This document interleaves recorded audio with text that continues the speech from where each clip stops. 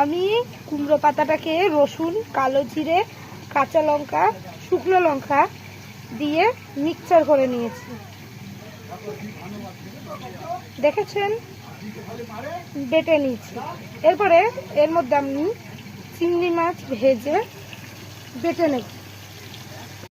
তেলটা গরম করে নিয়েছি। এবার এর মধ্যে কুমড়ো পাতা বাটাটা দিয়ে দেবো, যেটা আমি আগে থেকে মিক্সচার করে রেখেছি।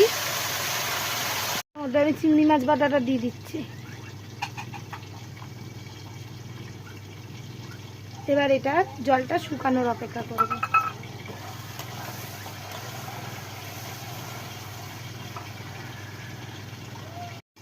দেখুন বন্ধুরা, ঠিক শুকিয়ে এসছে এটা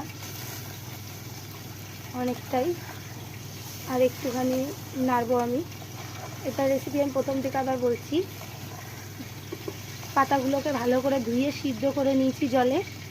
তারপরে ওর মধ্যে শুকনো লঙ্কা, কালো জিরে, শুকনো লঙ্কা, কালো জিরে, রসুন, কাঁচা লঙ্কা, নুন, হলুদ দিয়ে আমি একবারে মিক্সচার করেছি।